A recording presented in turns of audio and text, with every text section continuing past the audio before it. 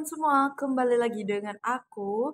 Di video kali ini kita bakalan membahas tentang tes kompetensi teknis kebidanan soal-soal PPK, teman-teman, yang aku ambil dari berbagai sumber ya. Ada dari grup Telegram, yaitu di FRPPK yang tahun lalu ya, teman-teman.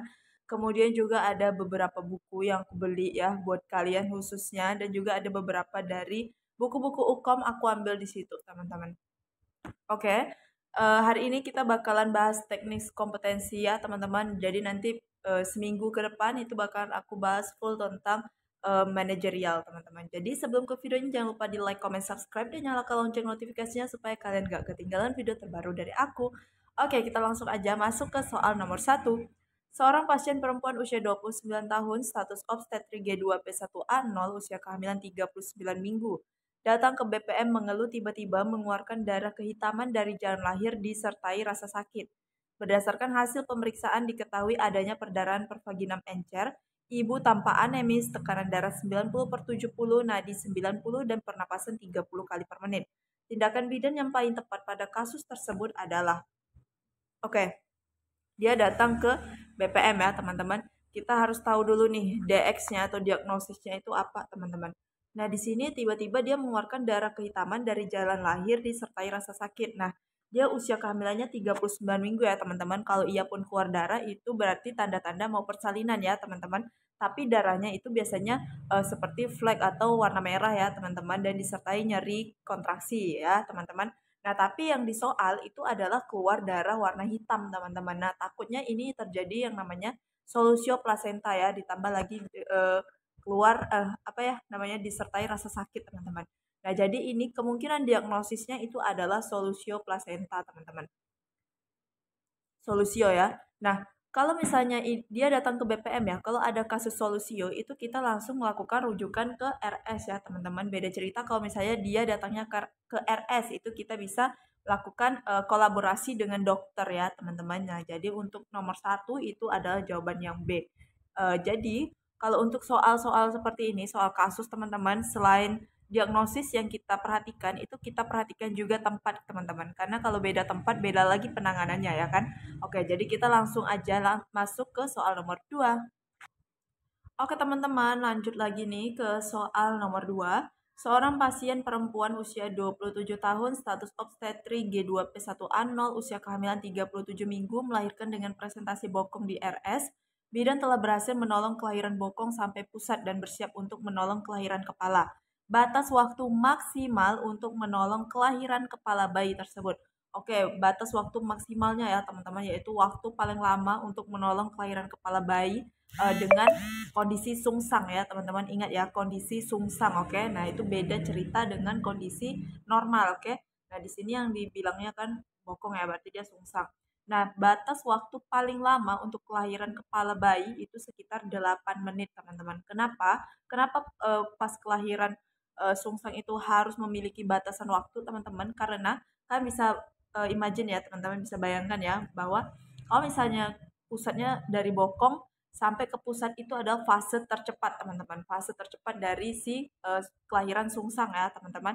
Nah, mulai dari pusat ke kepala atau pengeluaran kepala itu sedikit agak lama teman-teman ya, jadi makanya agak tricky ya, jadi diberikan batasan waktu. Dan juga di situ tali pusatnya itu bisa tercepit teman-teman antara kepala dengan tulang panggul. Nah, di situ harus hati-hati. Jadi si tali pusatnya itu harus dilindungi teman-teman ya. Jadi kalau misalnya tidak terlindungi ataupun lebih dari 8 menit, maka bisa menyebabkan tali pusat tersebut aliran darah ke bayi itu jadi tersendat, dan takutnya nanti bayinya itu asfiksia ataupun tidak tertolong teman-teman ya. Jadi batas waktu maksimal untuk kelahiran kepala bayi pada persalinan sungsang ya atau bokong itu maksimal adalah 8 menit teman-teman. Jadi jawabannya adalah yang E. Oke, kita lanjut lagi ke soal nomor 3. Lanjut ke soal nomor 3 nih, kita baca bareng-bareng ya. Bidan Pembina Wilayah Desa menemukan sebagian besar remaja perempuan mengalami kurang gizi dan anemia. Berdasarkan data yang diperoleh, terdapat larangan mengonsumsi makanan tertentu pada desa tersebut. Konseling yang tepat diberikan pada warga desa tersebut adalah, oke, biasa tuh remaja-remaja perempuan udah mulai ya ngalami yang namanya anemia ya teman-teman. Karena apa? Karena ada yang namanya menstruasi teman-teman ya. Nah, jadi remaja putri ini wajib diberikan tablet tambah darah ya teman-teman setiap bulannya, bukan hanya untuk ibu hamil aja, tapi untuk remaja perempuan ya teman-teman. Kenapa harus diberikan tablet FE teman-teman? Karena supaya tidak terjadi yang namanya anemia. Jadi misalnya nanti sewaktu-waktu dia nikah ya, setelah begitu dia beranjak dewasa, dia nikah, terus dia hamil, anemianya itu tidak terjadi, apa namanya ya, tidak terjadi anemia ya teman-teman, ataupun em, resiko terjadinya anemia itu minim lah ya teman-teman. Karena apa? Karena dia rajin mengonsumsi tablet tambah darah ya teman-teman. Kalau misalnya dia nggak mau minum tablet tambah darah, kita bisa bantu dengan makanan yang tinggi zat besi teman-teman. Nah, tapi masalahnya di soal ini adalah pada desa tersebut tuh ada larangan mengonsumsi makanan tertentu. Padahal makanan tersebut siapa tahu tinggi zat besi, tinggi protein juga ya teman-teman, dan gizinya itu bagus, tapi dilarang, mungkin tah itu ikan ataupun ayam dan sebagainya teman-teman ya. Nah, konseling yang tepat diberikan pada warga tersebut itu adalah apa ya? Kita coba baca ini ya, apanya? Optionnya, oke? A. Ketidakadilan gender, bukan ya teman-teman. Ini kan kita tentang membahas tentang gizi teman-teman. B. Perlunya pemberian gizi seimbang pada remaja. Oke, kita keep dulu. C. Gizi seimbang sepanjang kehidupan perempuan. Boleh. D. Pelarangan makan makanan tertentu bagi remaja putri. E. Pantangan makan makanan tertentu selama hamil dan pasca persalinan. Bukan ya, teman-teman.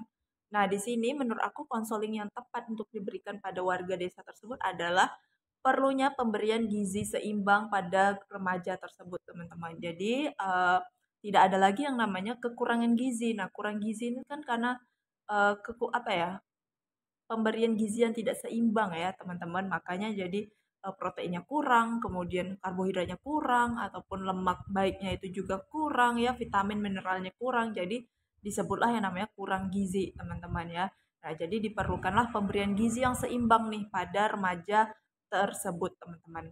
Oke, jadi nomor 3 itu jawabannya aku adalah yang B teman-teman. Kalau misalnya kalian punya jawaban yang berbeda dengan aku, boleh komen di kolom komentar. Kita lanjut lagi ke soal nomor 4. Oke, kita baca bareng-bareng nih soal nomor 4. Seorang perempuan usia 22 tahun melahirkan anak pertama 3 hari yang lalu di sebuah puskesmas. Pasien mengeluh sangat lelah karena sering terbangun untuk menyusui bayinya pada malam hari. Hasil pemeriksaan semua normal. Dampak dari keluhan tersebut. Oke, keluhannya tadi itu apa? Lelah ya. Karena apa? Karena sering terbangun untuk menyusui bayinya pada malam hari. Nah, biasa tuh hormon oksitosin ya, teman-teman, atau hormon ASI-nya itu, hormon prolaktin itu aktif kalau di malam hari teman-teman. Jadi kenapa ibu-ibu menyusui itu kalau malam hari itu ASI-nya kayak lebih, susunya itu, payudaranya itu lebih bengkak ya teman-teman, dan produksi ASI-nya lebih banyak ya kalau di malam hari. Nah itu dia. Nah di sini juga disebutkan bahwa dia nifas hari ketiga teman-teman ya, kan dia baru melahirkan anak pertama 3 hari yang lalu.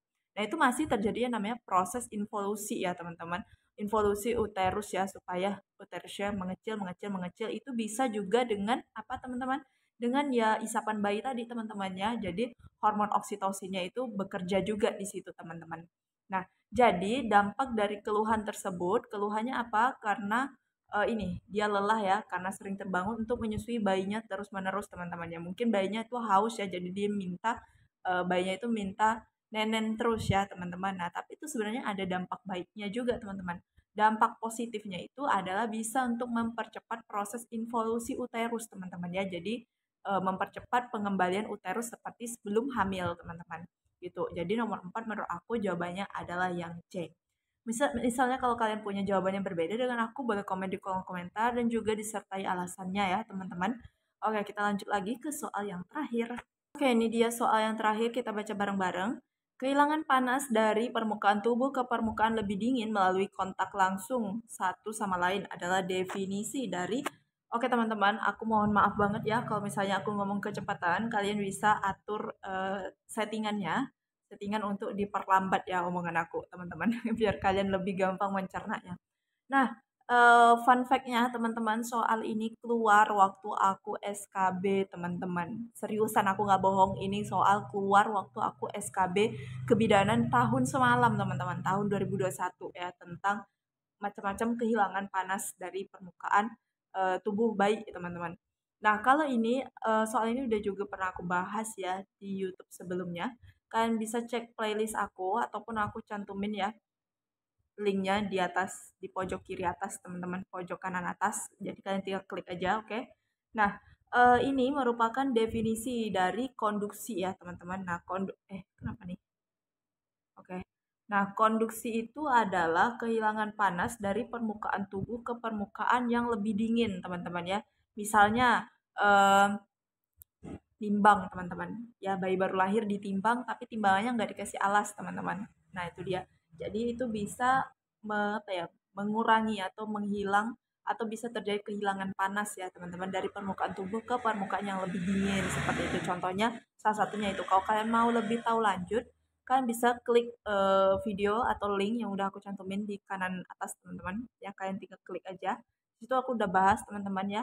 Oke, kita lanjut lagi ya. Udah habis ya teman-teman. Oke, soalnya cuma 5 aja, oke. Nah, jadi segitu dulu teman-teman, 5 soal dari aku, nggak usah banyak-banyak, takutnya kalian bosan ya teman-teman. Oke, yang penting kalian apa yang udah aku sampaikan kalian searching lagi ya teman-teman supaya lebih memastikan juga. Dan juga aku terima kasih banget buat kalian yang udah nonton video ini, yang udah subscribe juga aku ucapin terima kasih. Sekian dulu dari aku, tapi sebelum aku pamit jangan lupa di like, comment, subscribe, dan nyalakan lonceng notifikasinya serta di-share ke semua sosial media yang kalian punya supaya teman-teman kalian bisa belajar bareng aku. Oke teman-teman, segitu dulu. Kalau misalnya aku ada salah, aku mohon maaf. See you next video. Bye bye.